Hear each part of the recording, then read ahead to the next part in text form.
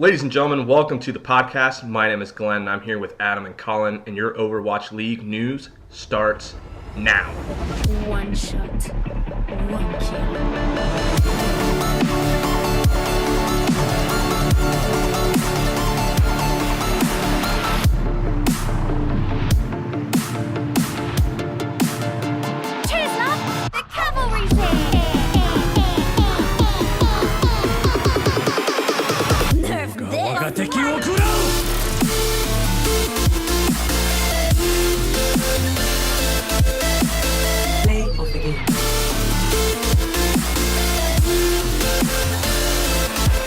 Hey guys, welcome to a special episode today. We are going to be focusing on our Florida Mayhem as a Florida-based podcast. This is the home team, and we want to take an in-depth look at these 6 players. And as always, my name is Glenn, and I'm here with Adam. Hey, I'm Adam. And I'm here with Colin as well. Hey, I'm Colin. It's been a couple days since we've seen each other, and in a few days, the Mayhem will have their first match against the Fusion. So what we're going to do this episode is take a quick look into all 6 of our Overwatch players, take a look at their strengths, their weaknesses, the characters they play, and then we're going to take an even smaller quick look at the Fusion and look at those guys as well, and then we're kind of going to compare and do our predictions on what we think how we're going to do for that match. So Adam, why don't you lead us off and talk a little bit about our team, our local boys, unlocal boys. Our local boys, the Florida Mayhem. So we're not actually from Florida. Our unlocal boys. Our unlocal local boys. So I'll always be a Houston turncoat. Hey, this is a Florida Mayhem episode. Uh-huh. You keep that crap out of here. So we have our Florida Mayhem with we have 6 players like we mentioned. We have 4 of our good old Sweden boys. We have Logix, who is a DPS from Belgium, and we have Zupe, who is a support from Finland. So again, a lot of that region, that Sweden, Norway, Finland region of Overwatch, influencing our team. Just to break things down a little bit, we have Kevin Lindstrom, who you will know streaming as Tvik, DPS, a lot of Genji, a lot of Tracer. So let's talk about Tvik real quick, and let's break down his game a little bit, and let's talk about some of those strengths. We mentioned we were going to talk about some of those weaknesses as if we could see a lot of their weaknesses, which, like I said, they're playing a completely different game than we are most of the time. So, but yeah, go ahead. I think Tvik is going to be pretty essential on the team because he's already coming from a place that I guess feels a little bit like Overwatch, like kind of a proto Overwatch. He played professional Team Fortress 2, and kind of like he played that professionally for like top European teams. So he's really proficient in the DPS territory. He mostly played Scout and Sniper, so he can really him as Genji in Soldier 76. I honestly think he's going to do a lot of damage out there. I think he has a little bit of Doomfist as well. So some of that mobility, again, we can come back to. I mean, when Doomfist came out, I think everybody was maybe not so much the damage, because the damage seemed a little crazy, like one fist charged all the way could pretty much one-shot any hero except for your tanks. But the mobility was incredible when Doomfist first came out, and of course he's been nerfed. But the mobility is still there. So he's also going to be making a comeback. They just released patch notes that basically is kind of backtracking a little bit what they did for Doomfist, making him more versatile when it comes to like mobility type things. But going back to it, I mean, the mobility is going to be incredible, especially if Genji's already under his belt. Genji and Tracer are some of the most mobile characters, like Genji especially. Genji especially, absolutely. So I'm really excited to see him play Doomfist, but of course Genji's going to be a go-to. And as a Soldier main, I'm really excited to see what he can bring to the table. Soldier is such a variable character. I mean, he can do support with his healing station. He's got like high output with rockets, and if your accuracy is good, like Soldier is incredibly deadly from a long and medium range as well, and short range as well. Which his accuracy is actually really good. We have all of our player stats in front of us for those of you at home, and is it TVIC or is it TVQ? I thought it was pronounced TVQ. It might be pronounced TVQ. I might have just completely butchered it, which I was super worried going into this, butchering their real names, because, a lot of that Swedish, Finnish, Belgium.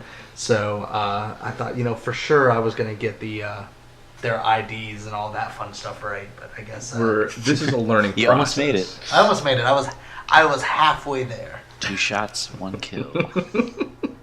We are learning this as we go. A lot of these players we have never heard or seen play before, so a lot of these names are going to be a little bit more difficult for us to kind of keep up with. So as we progress this podcast, we of course will get your names right. We're sorry, but we love you. Oh, well, a lot about these names in particular are all coming from Sweden.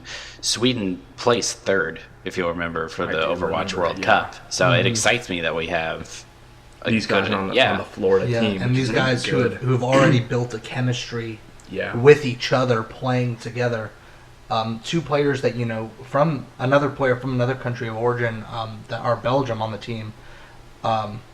Andreas Bergmans, you're going to have to excuse me. Logix. Yes. I definitely nailed that one. So he's another one of our DPS for the Florida Mayhem. Incredible tracer. Yeah, incredible tracer. I can watch, and I have watched hours of his stream as tracer. His IQ, his in-game IQ, his mobility. The thing that excites me the most about Logix is he really takes over that, coming from a sports background, that quarterback role of the team.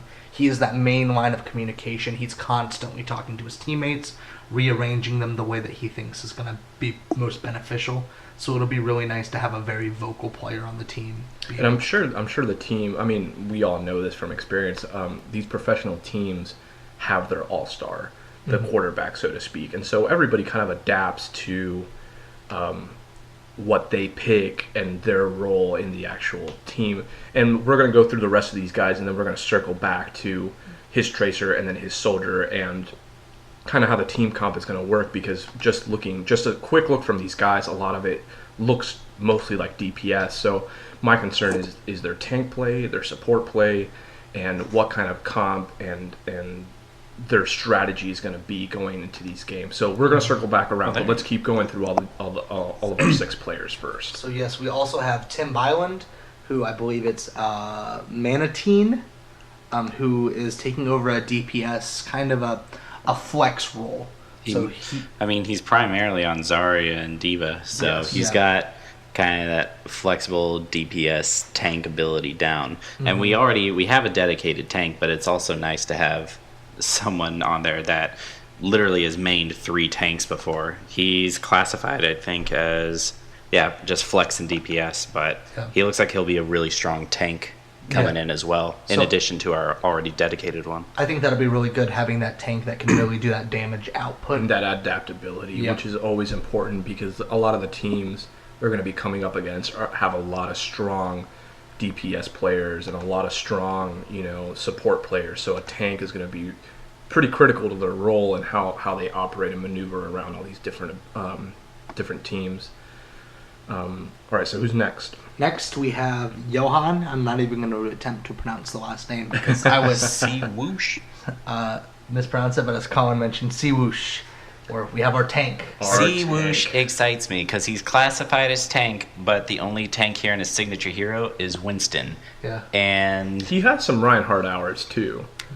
Here's the thing though, Winston excites me. Winston is fun to watch, and I love, competitive Overwatch excites me just because if you watch anyone play anything on a competitive level, it's just a different game. But Winston is one of those where I never knew that they could be so mobile until I saw him brought to a competitive level, and it was usually left out until just recently when Dive Comp became incredibly viable and became the meta, so to speak. It's not so to speak. It's the meta. I'm just listen. Yeah. But I mean, now that there's a whole new world of Winston opportunities out there, and I'm a Winston sucker, so I'm excited to see anything that he does with him. Yeah, as a tank player, I'm super excited to see Seawoosh.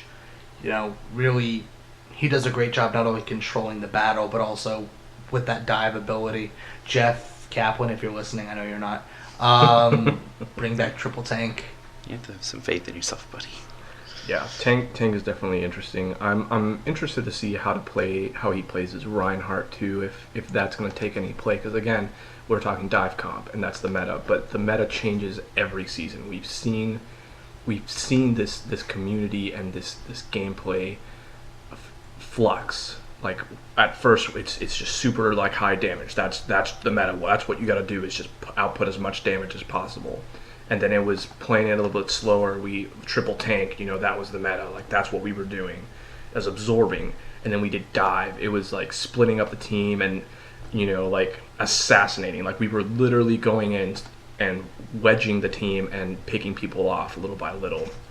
So I'm interested to see how Reinhardt's going to play in the new season and the new in this tournament in general, not only from Seawoosh, but like from all the other teams as well, because Reinhardt is definitely one of those characters that we had a lot of love for, and I feel like he's going to make a comeback, especially now that we got a cinematic. We have to show him a lot of love now, so I'm really interested to see what he brings to the table with that as well. Oh yeah, definitely. Reinhardt was, when I was first beginning the game before I joined the cult of Junkrat, Reinhardt was someone that I really, really paid attention to a lot. Like, he's so important to a team if played properly. And we've gotten like new shield heroes, and we've gotten people whose shields have been improved, but there's, at least in my opinion, nothing as strong as the first and original shield of the game. Yeah, absolutely. His charging is great, his melee range is great. He's just an all-around definition of tank. It's just fantastic. And going to be supporting our tanks, we have Sebastian Olsen, or Zabasi, who is going to be one of our supports, and he's going to play a huge role. He's what are his characters? Well, he's a big fan of sniping. Outside of his support, he dabbles around with Widowmaker, but within the realm of support, it looks like he mains Lucio, but he also protects an Ana a bit. And I know Ana, if played very well, can be crucial to changing the tides of battle. Yeah. I mean, Jae-Hong is one of the best Anas in the game, and watching him play is incredible. His precision and his timing is incredible, because Ana, and I don't know if you guys know this or not, depending on whether you're scoped or not, her shots become projectiles, so you have to time those projectiles just right. And or depending on how you're using her, I mean, it's and even the grenade, you can projectile that. Like, you can send that over buildings, and that can do a lot of splash damage, or it could do a lot of healing depending on how you're using it. So Jae-Hong is the player that I'm most familiar with Ana-wise, but I'm really interested to see what Zabazi, is that how we pronounce it? I think it's pronounced Zabasi. Yeah, I'm very interested or Zabazai. I'm really interested to see what he brings to the table. Lucio as well. Lucio's a very I don't know what the right word for it is, but he can jump in. He can be part of that dive comp that I think we're going to see with this team. Like, he can speed boost everybody in. He can jump around. He can wall climb. Or wall ride, and essentially help split the team up a lot, while also outputting a lot of healing with his healing beats. So, and he can be super essential when it comes to just prolonging a game. Oh, absolutely. He can get in, he can get that overtime, he can kind of like stay behind in any time he needs to, just circle the point. And depending on the map, his environmental kills are crucial and just absolutely, like, they will tilt your team. If he can get like a really decent, two-man boob and then get an environmental kill off of that, like that whole match has already been won just from that one single boop. Yeah. Exactly. I think one thing to note is Zabasi, the support, has played in 2 Overwatch Cups with Logix. So I think that's going to be huge. That they had played together at least 2 years. I'm sorry, it was TBQ that has played in both Overwatch World Cups. So they have that chemistry together. that healing and that DPS. So it'll be interesting. Which is also important. So Yeah. I'm really excited for that matchup and that partnership. From what I can see on my stats as well, he also plays a little Zenyatta, which is my favorite support character. So I'm excited for him to do that as well. So we've done that, and we have one player left. Who is our last player? Alexei Kunsi, Zupa, and he is a support. Yep. Once again, focusing in on Ana and Zenyatta. Perfect. A lot of players. A lot of support either go in, at least to my knowledge, like there's two camps of either the Lucios or the Anas, both equally skilled, but in two completely different ways. And the primary one that I see, however, is Ana, just because I feel like a lot of these people are experts when it comes to hit scanning and just precision. Well, I feel like the way that they're going to play, especially if they're going to do this dive comp that we keep talking about, or we're assuming that they're going to do with a Zenyatta and an Ana, you can do a lot of healing from far away, and you don't have to be a Lucio where you have to speed boost into the center of action to try to help and heal your team, or even speed boost your team. From an Ana, you could be on the other side of the map and be able to throw a grenade, or you could be in a sniper's perch and be able to just scope all of your shots and heal people as quickly as you can. Same with the Zenyatta. Like you can throw your Harmony Orb and be able to heal people from a distance, and the Discord Orb, as we all know, it helps turn the tide a lot. If you have that communication, if you can focus on players, and that's what the dive comp is best for. Like in my opinion, Zenyatta should be the shot caller when you do dive comp. You Discord a player, everybody focuses, you dive in, you take that player out, you dive out, you regroup, you go back in. I've also seen some incredibly dangerous Zenyatas. Oh, his charge?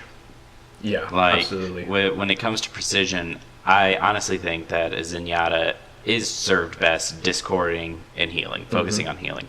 But if something happens and you corner a top tier Zenyatta, you're gonna have to get ready for a discord and a charge. Exactly.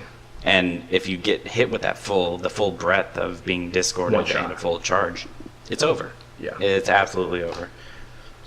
I'm really interested to see what these guys do, but obviously, like we said, I think the consensus is that we're going to see a dive comp. So I'm really excited to see what they bring to the table, who everybody picks, and how they pair up to the fusion, because it's going to be an interesting match regardless. I think one of the most interesting things when we look at that matchup between the Mayhem and the fusion is that one of the Swedish DPS players that played alongside TVQ, Snillo, was actually the #1 ranked DPS on the European servers in Season 6. And he actually plays for the Philadelphia Fusion. So I think it's going to be super interesting that we have this old teammate of a lot of these Swedish players who they're going to be playing. A nice rivalry. In a competitive setting, and I think it's going to be super interesting seeing, because obviously Sneo is going to know how a lot of these players function, how they work, and vice versa. They're going to know Sneo really well, so it'll be a nice little chess match. Yeah, for sure. It actually looks right now that Sneo is inactive. Oh, so the team. Well, because we knew that Sato got suspended. Yes. But it does not look like Sneo is currently an active member of the team, at least just from what I'm looking up right now. Interesting. Situations may have changed, but as of right now, he is not part of the active lineup for the Philadelphia Fusion. Interesting. Well, that is going to be another thing that, again, looking at the Florida Mayhem, only having 6 players, something that you're not going to have those inactive players like you have on these other teams. Exactly. So, I know we talked about fatigue last episode, but these players are really going to have to play together very well and work together, because they're not going to have those reserves. Well, I'll say especially in context of the Philadelphia Fusion, we only have the 6th spot, right? Fusion has currently 2 members inactive, one suspended for the first 30 games, and Sneo, which his current status is unknown, at least to me. But they still have a good amount more than 10 6 players. Yeah, They have 12 players on their team, 2 inactive, which makes 10. So Yeah. yeah, they this still have is- 10 players. They still have people they can swap out. Absolutely, but if we can look at the roster in a little bit, but this is where we come and we talk about whether this is an advantage or a disadvantage. We have 6 players. I'm sure there's going to be fatigue. We can talk about that all day long. This does take a toll on you playing game after game after game. It does take a toll. But these guys, these 6 players, are going to get to know each other so well and be able to work on their comp and be able to work on their strategies and just get to know how every person works individually. No, I definitely. In a team of 10, you have guys that you have to sub in and out. You can, when they had 12 players, they could have essentially two different teams that they could sub depending on the map. But this is something that we'll have to look into on the rules of the actual matches when they come up and how those subs are going to be working, because if they start a round or if they start a match, and in the World Cup, correct me if I'm wrong, I think it was best of 5 games. It may have been best of 7, but each team played every single match. Each player of that team played every single match. There were no subs. And now this may be completely different now that we have the league and we have a little bit different rules, but I don't think you're going to be able to just sub people out in between rounds, correct? I mean, Correct. And so I think when we're looking at this team, I think that the Florida Mayhem only having 6 players is an advantage. I think that they're going to be practicing with each other and only with each other, so they're not going to have to worry about adapting to other play styles because they know how each other play. So they're going to get that sixth sense of, well, I know that Seawoosh is going to dive in as Winston, so I better Discord where he's going to dive because we know how we play.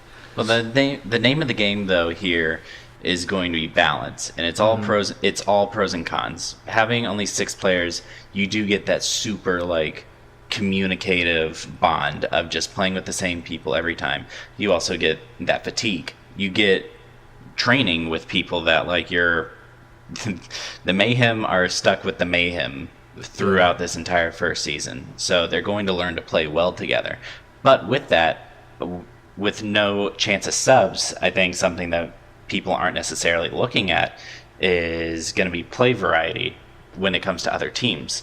With people subbing in and out, they're going to be able to kind of keep their play style a little bit unpredictable if they keep bringing in new, fresh faces. Whereas I think you could definitely change up the game by being knowledgeable in multiple heroes and going a different route, different strat. But I think with only 6 heroes, there could be a possibility of teams honing in on the Mayhem's play style and learning to adapt a little bit to So you it. think they may become predictable, and later on, Not if we do a best of 5, Yeah, and you know Yeah. what everybody's going to play, and the other team adapts to that, or they prepare for that, do you think it's going to make them a little bit more predictable? How do you think they're going to combat that? I don't think it's going to come down to predictability, because this is a game with so many heroes, and we obviously read off the heroes that they're comfortable with, but I mean, Moira just came out. We don't know how any of these players are reacting to Moira, or if they're training or whatever, and so other teams can start to anticipate, oh, here's how Trivik is going to come in with so and then he just brings in another person, and that just differentiates the equation. I do think, however, though, that there's only a certain amount of patterns with what people are comfortable with. And when it's a best of 5, it may not be that much of a problem. But if we're going into the second season with the same amount of players, I think there will be a lot of back footage for the other teams to kind of look at and be like, here's what they're really comfortable with. Here's how we can anticipate this starting out. I feel like that's how it's going to be this season as well. If these other teams are smart, they're going to watch these matches and they're going to be able to predict and see what they're doing. So I think that may be something that backfires on them. But on the other hand, they have to know. They have to know that this is the 6-man squad, and they have to be prepared for people to counter them.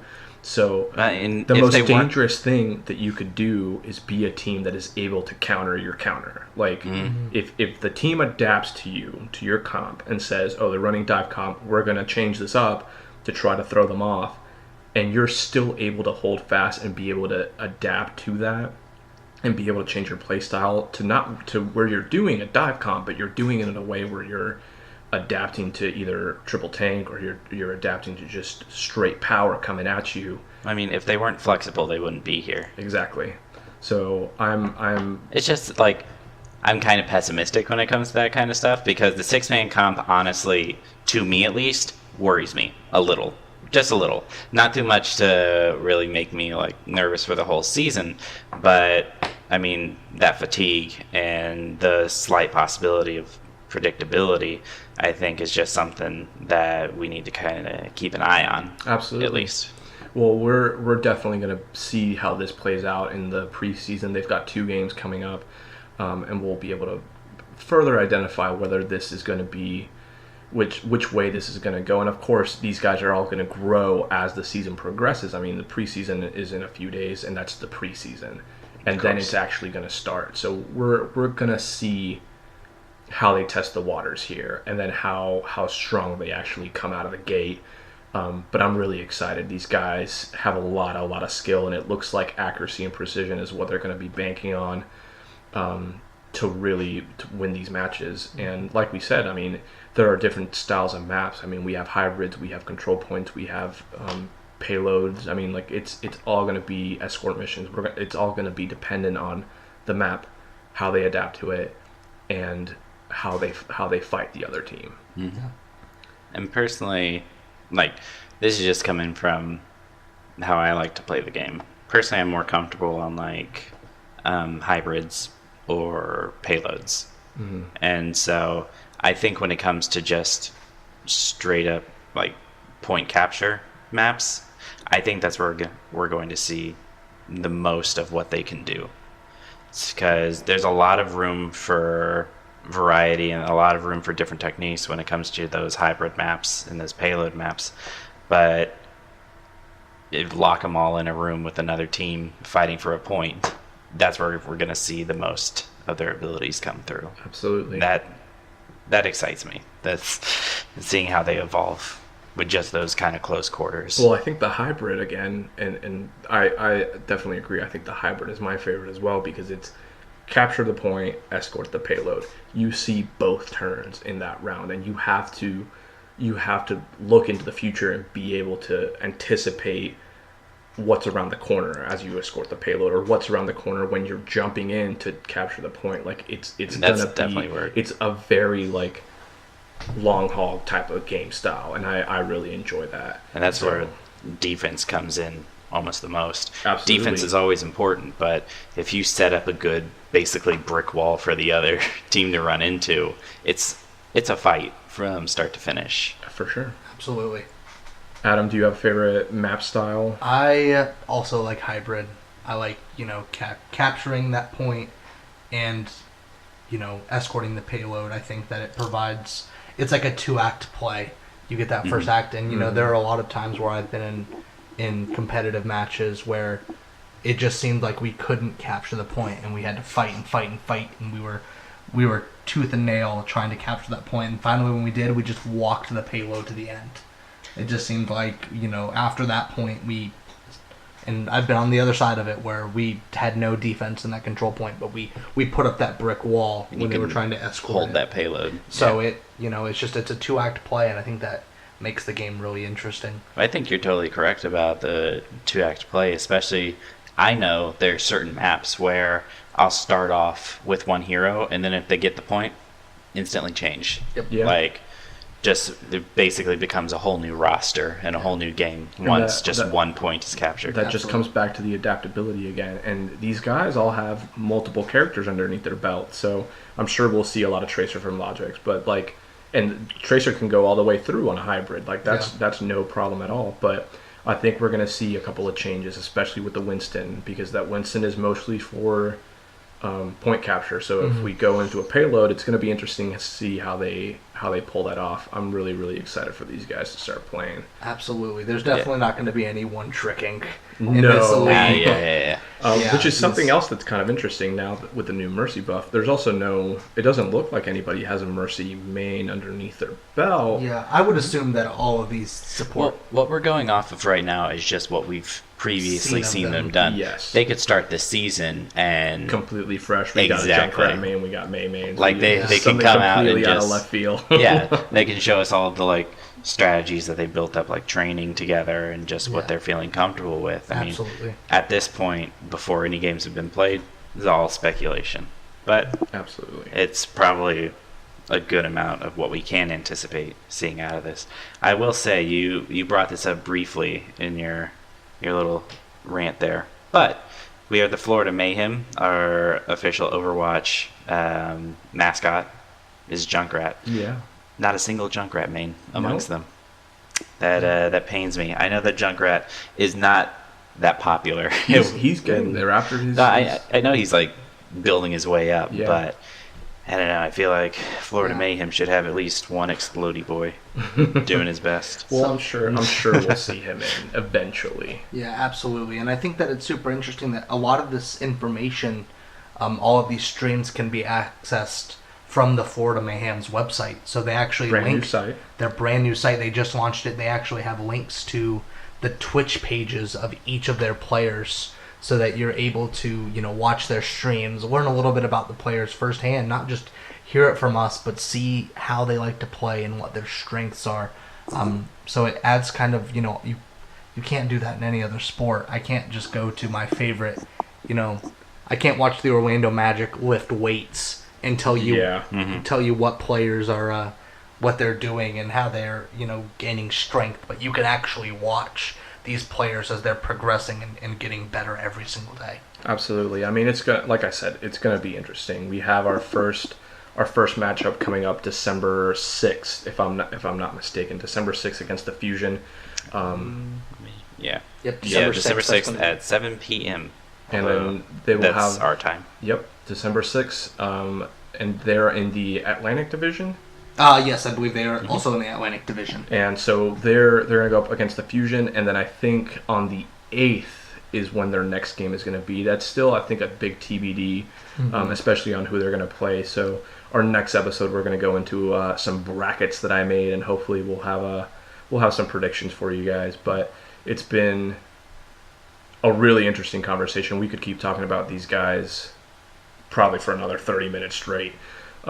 But we're gonna save that for now, and hopefully once we see these guys play, we'll have more to add to them. So we're gonna start wrapping up. Do you guys have anything else you want to say before we close out? I thought the team colors looked a little bit weird, first off, when it came to like skins and stuff. Yeah. But the more I look at it, the more I'm digging it, especially the little Mayhem logos. Oh yeah, on all of the team's logos and all of the skins on all the characters is probably one of my favorite parts about this whole thing. The absolute dedication and time that went into making individual skins for each team is absolutely incredible. Exactly. And a huge applause for Blizzard on their part for making that happen for these guys. Changing the ability colors, I Yep, think. absolutely. It's Super gonna cool. It's going to be Oh. huge. See, really? Yeah, Oh, ability wow. colors depending on what team you are. They may be yellow for like Mayhem. For like Mayhem. your Graviton may be yellow. yeah, exactly. That's So it's really going to be cool. really cool. All right, well, I want to give a quick shout out to Skylink for our intro song. We're also going to attach it to the end of the episode for you guys to hear. They've been really great to partner with us and let us use that, and we're really excited. So Yeah, check we're- them out as well on SoundCloud and on YouTube. Skylink, they do a whole variety of different Overwatch themed remixes, which is awesome. And then for us, you can also catch us on Twitter and SoundCloud and YouTube eventually. Reddit now, we are Yes. official. And as of today, we are also officially on iTunes. Just got that email before we started recording, so that's also super exciting. Adam, do you want to give handles and links and stuff like that on where they can get in touch with us? So on our new Reddit, you can reach out to us at Overwatch League Now on Reddit. That is going to be our Reddit handle. On Twitter, we are at OW League Now. The OW stands for Overwatch. And the now stands for now. And the now That's mine. stands for right now. And we are also going to be on iTunes, like Glenn mentioned, to Overwatch League Now. Absolutely. So if you get a chance, subscribe, follow, like, and Comment. comment, please. Absolutely. We would love to hear from you guys on what we need to talk about, or just different things that you want to hear from us. And we can take that further into the podcast as we continue to grow and continue to learn and continue to be a part of this incredible community. So with that said, guys, we are wrapping up. My name is Glenn. I'm Adam. And I am Colin. Stay on the payload.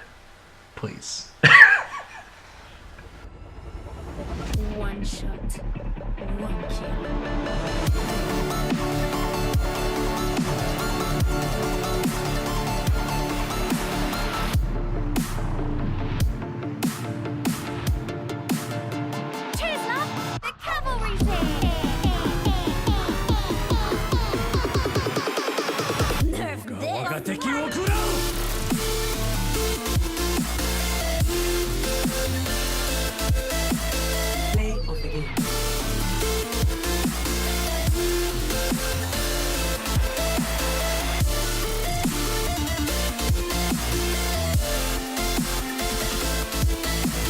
Heroes never die.